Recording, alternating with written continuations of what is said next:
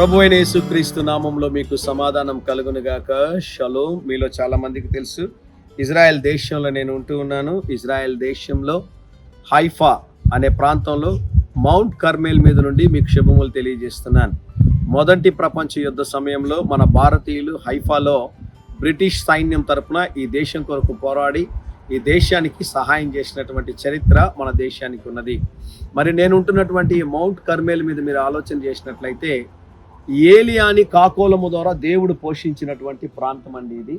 ఈరోజైతే కాకులు లేవు, కానీ ఇజ్రాయెల్ దేశంలో సాధారణంగా ఈ ప్రాంతంలో ఈ సమయానికి కాకులు ఈ ప్రాంతం అంతా కూడా మనకి కనిపిస్తూ ఉంటాయి.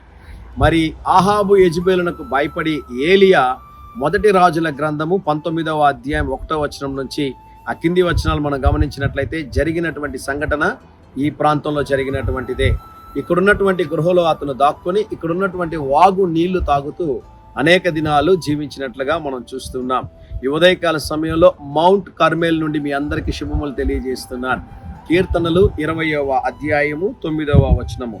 యెహోవా రక్షించుము, మేము మొరపెట్టినప్పుడు రాజు మాకు ఉత్తరం ఇచ్చునుగాక. ఆమేన్. మనము మొరపెట్టినప్పుడు మనకు ఒక రాజు ఉన్నాడు.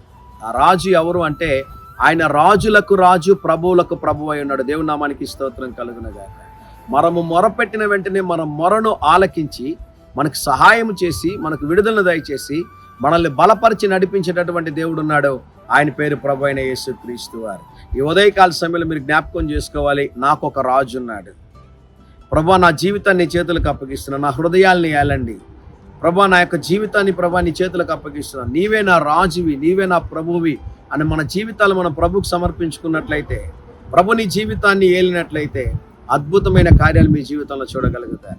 ఈ ఉదయకాల సమయంలో మౌంట్ కర్మేల్ నుండి మరొకసారి మీ అందరికి శుభములు తెలియజేస్తున్నాను.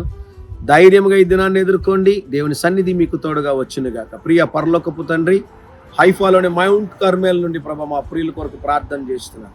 ప్రతి కుటుంబంలో సమాధానం, సంతోషం, నెమ్మదిని దయచేయండి. దేని కొరకు మొరపెడుచున్నారు ఆలకించి అద్భుతము చేయండి. యేసు నామములో ప్రార్థిస్తున్నాము తండ్రి. ఆమేన్, ఆమేన్.